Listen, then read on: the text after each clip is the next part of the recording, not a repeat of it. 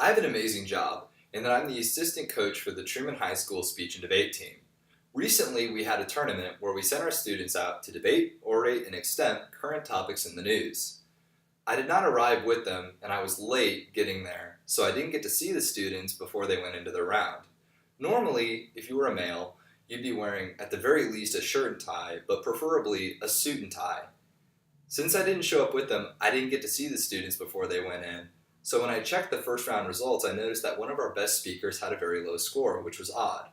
I ran upstairs to get him before his second round started to see what the issue was, and that's when I noticed he was wearing a suit but with no necktie. I quickly approached him and asked him why he wasn't wearing one. He had told me he left it downstairs because his father had forgot to tie it for him before he left for work, and nobody else around him knew how to tie a necktie. I ran downstairs, grabbed the necktie, threw it around, tied it, and then put it on him and sent him into his round. He came out of that room with the top overall score. That tells me that impressions do mean a lot among people, and something as simple as wearing a necktie can go a long way. Oscar Wilde once said, "A well-tied tie is the first serious step in life," and I tend to agree. Today, I'm going to show you the proper way to tie a necktie using a full Windsor knot.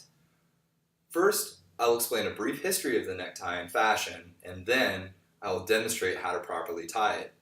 But first, let's talk about the history of neckties. According to tieatie.net, the origins of the necktie come from Croatian mercenaries during the 17th century who fought for France and specifically King Louis XV. They used to wear an ascot or a neckerchief around their neck into battle.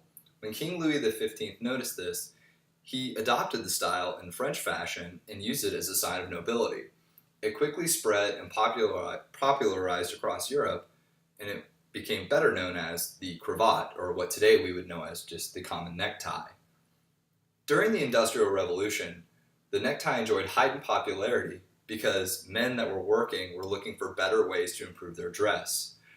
And during the first decade of the 20th century, the tie was a must-have clothing accessory amongst most men, and specifically amongst most American men. However, in the following decade, the tie dropped in popularity because the fabric used did not allow the tie to bend. What that meant was that when you tied the tie, it was always stuck in that one position, and you could not tie different knots or use it to untie and straighten down. According to Rachel Dickinson of the Christian Science Monitor, in an article published in June 2004, during the 1920s, it was more popular because Jesse Langsdorff invented a fabric that allowed the tie to be tied and bent back into its original position. People then wore it to work, evening events, and used it for formal wear. It also allowed for more fabrics to be used and better patterns.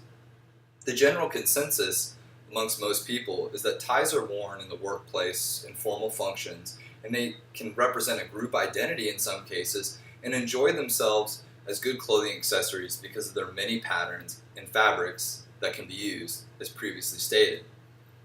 Although it is interesting to learn about the history of the necktie, it is more important to know how to tie one. Let me demonstrate.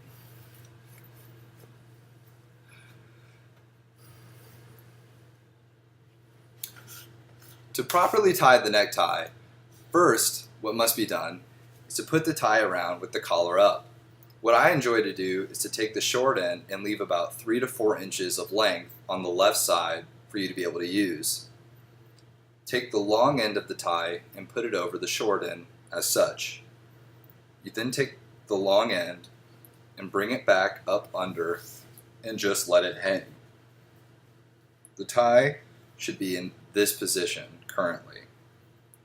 You then take the long end and wrap it behind the knot, and then drop it through the back so that the front portion of the tie is facing the rear, and you can adjust as such. The current position of the tie should be this symmetrical V-type shape. Then take the long end again and cross it over the front. You have the side of the tie. You bring it back up underneath, and there should be a little pocket right here that you have. You can keep your finger in it the whole time, but it's just as easily to not do it. you put the tie through the pocket, and then you just adjust. Bring it up, take the short end, and you can just tuck it into the pocket in the back. And then just bring the collar down as such. And that would be how you tie a full Windsor knot, the most commonly used knot.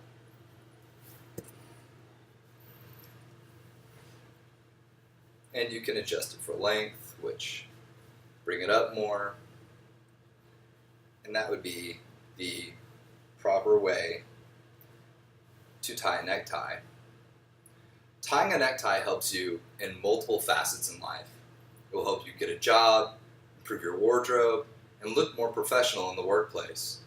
Being able to tie a tie will help you in many ways, such as if you have a child and you need to teach them how to tie a tie, like the child that I had to teach just recently.